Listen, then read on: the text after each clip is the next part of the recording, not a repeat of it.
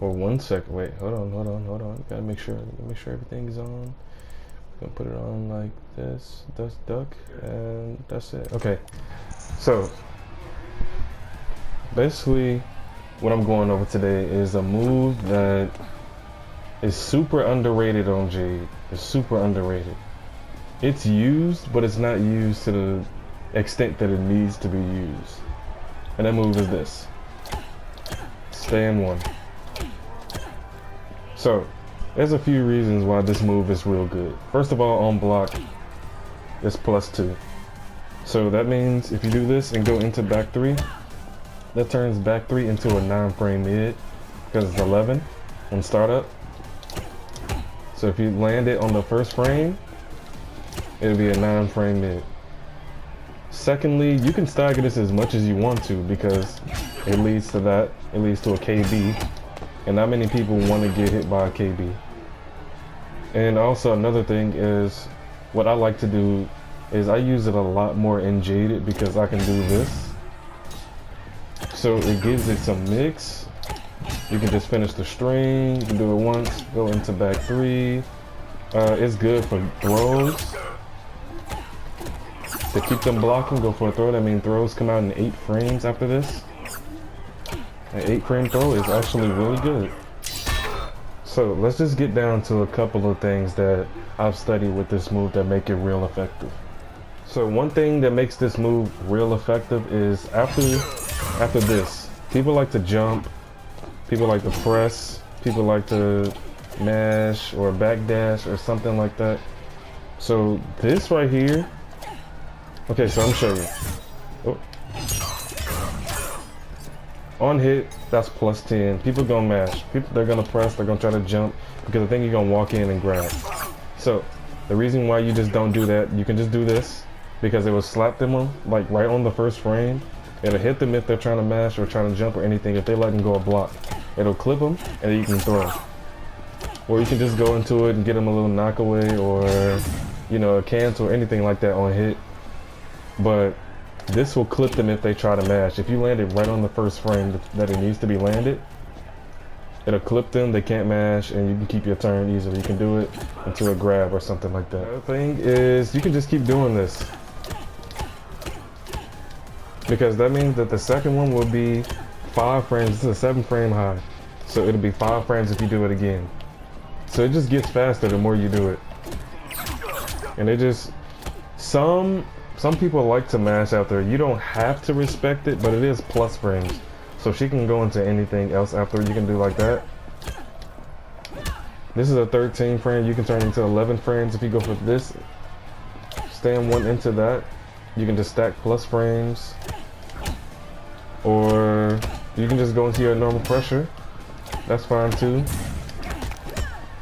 But yeah, on block, this makes a lot of moves fast. It doesn't look like it.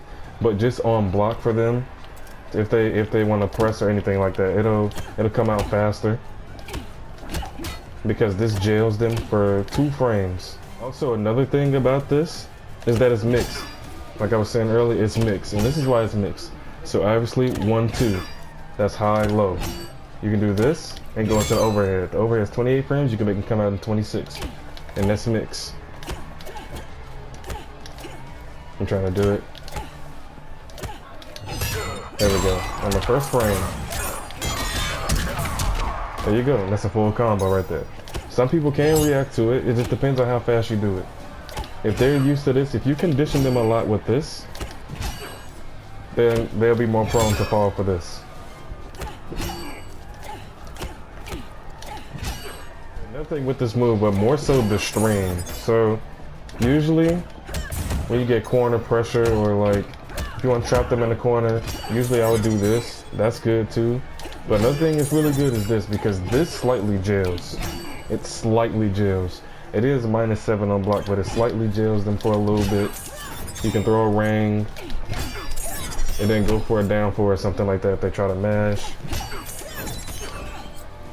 Also, another thing about this move is that this and stand 2 are both 7 frames, but this reaches further.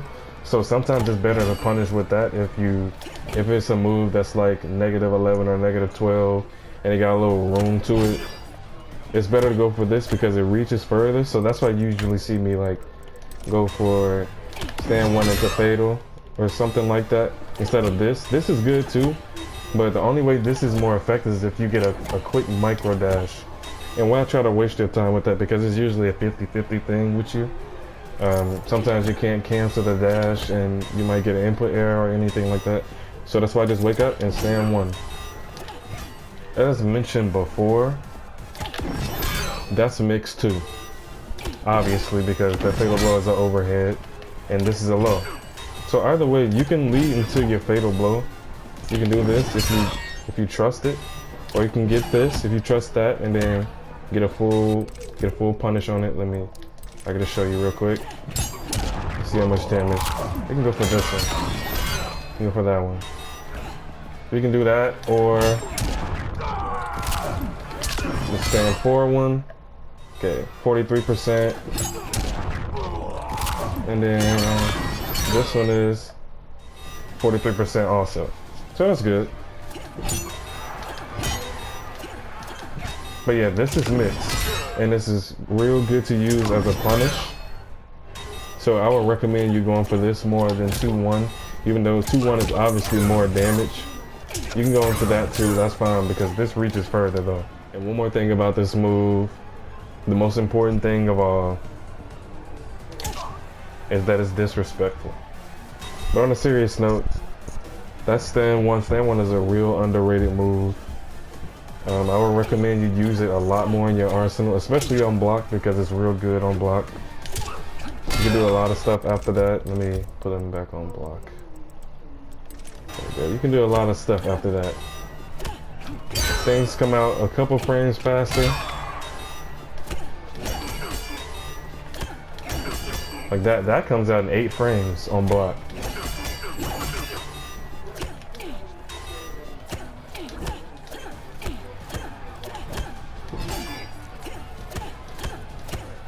I'm getting carried away, but yeah, I hope y'all enjoyed this. If this helps you out and you put this in your arsenal, drop a like on the video. I appreciate that. And yeah, peace out guys, love y'all.